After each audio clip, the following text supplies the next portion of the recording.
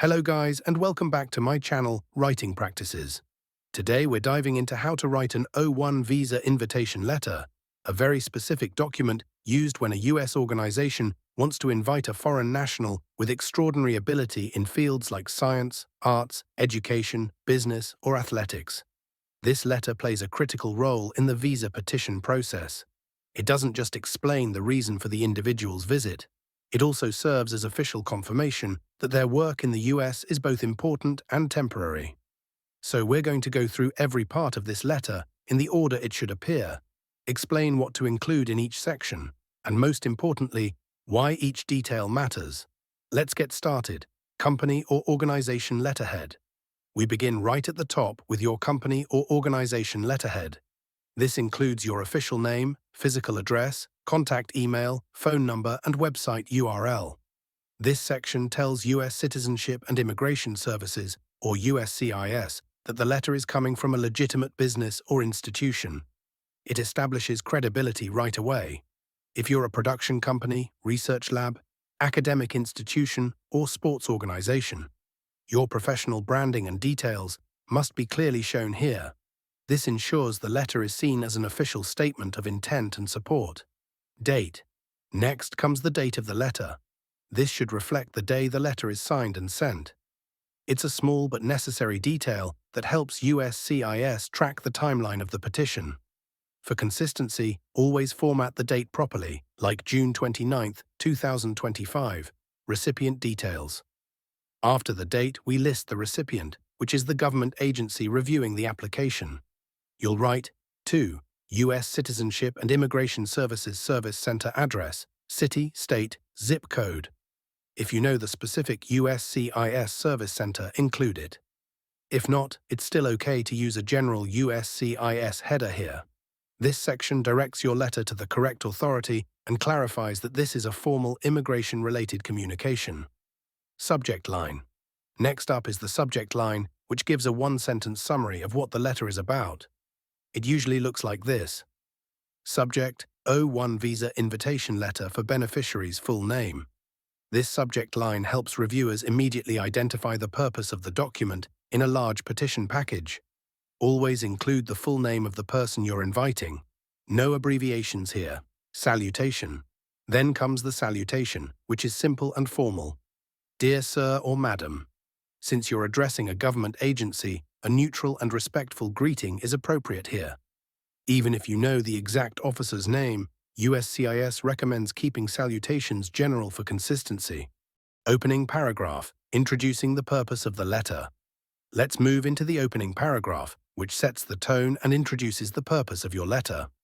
I am writing on behalf of company or organization name, a US-based entity engaged in brief description of industry or field, to formally invite beneficiary's full name to the United States under the O1 visa classification, recognizing his or her or their extraordinary ability in the field of specific field. This paragraph accomplishes a few things all at once. It says who you are, what your organization does, who you are inviting, and why they are being invited. The use of the term extraordinary ability is not just flattery. It's a legal classification under immigration law, so including that phrase is important. For example, if you're a music production company, you might write, a US-based entity engaged in music production, to formally invite John Smith to the United States under the O1 visa classification, recognizing his extraordinary ability in the field of classical piano performance. Keep it factual and specific. This paragraph lays the legal and professional foundation of the invitation. Body paragraph 1. Explaining the beneficiary's qualifications. Now we move into the first body paragraph, where we describe the beneficiary's accomplishments and why they're eligible for the O1 visa. Beneficiary's name is internationally recognized for his or her or their significant contributions and exceptional achievements in describe specific expertise or accomplishments. Our organization intends to collaborate with him or her or them on name or description of the project, which will take place from start date to end date at locations. This section needs to be detailed and clear. Don't be vague. List the beneficiary's standout achievements that prove their reputation.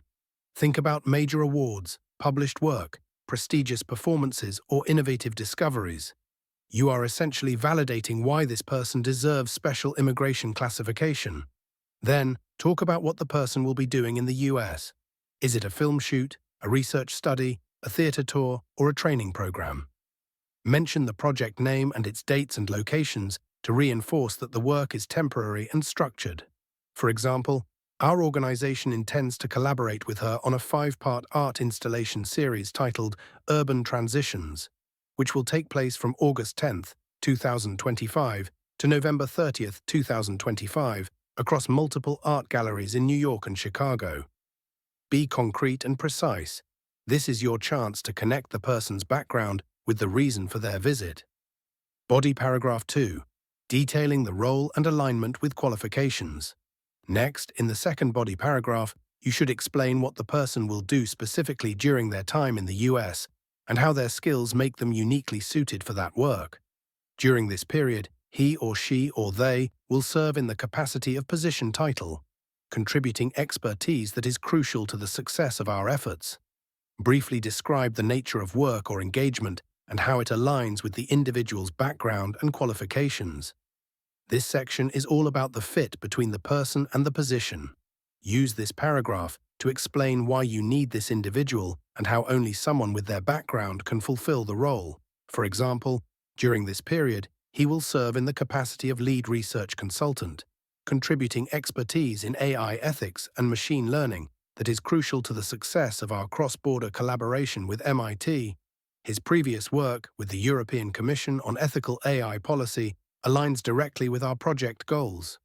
You're reinforcing both the importance of the work and the unique match between it and the beneficiary's qualifications. Body paragraph 3, stating eligibility and supporting documents. Now comes the third body paragraph, where we confirm that the individual qualifies for the O1 visa and that the necessary documents are included. We firmly believe that beneficiary's name meets the criteria for the O1 visa, and that his or her or their presence in the US will significantly enhance our project outcomes. All necessary supporting documents, including evidence of extraordinary ability and the itinerary of planned activities, will be provided as part of the formal petition. This paragraph shows your confidence that the individual qualifies and signals that you've included everything needed in the visa petition packet. You're essentially saying, we've done our homework and we're submitting this request properly. USCIS likes clarity and organization. Listing the kinds of supporting documents, like an itinerary, awards, reference letters, or published work, helps the officer know what to expect. Closing paragraph. Request for consideration and contact details. In the closing paragraph, you politely request approval and offer to provide further information if needed.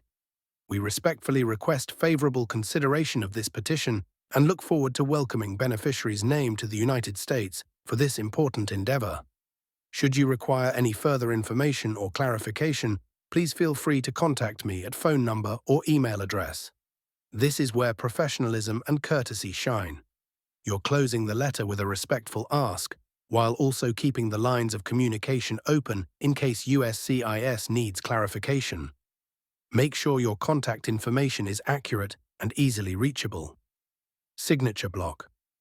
Finally, we wrap up the letter with the signature block. Include the full name of the authorized signatory, their job title, the name of the organization, and a space for their signature if the letter is printed. For example, Sincerely Dr. Amanda Reyes, Director of Research Operations, Innovate Science Group. Signature if printed. Always make sure this person has the authority to speak on behalf of the company. Immigration officers take that seriously. And that's it, guys. Your full guide to writing an O1 visa invitation letter. This letter isn't just a formality, it's a key document that supports someone's entry to the United States to contribute their unique skills and talents. Every section, from the introduction to the closing, serves a purpose: to present the invitation clearly, lawfully, and persuasively. If you found this tutorial helpful, please give it a thumbs up, and don't forget to subscribe to Writing Practices for more step-by-step guides like this one. And if you have a specific letter or document you'd like to see covered next, drop your suggestion in the comments.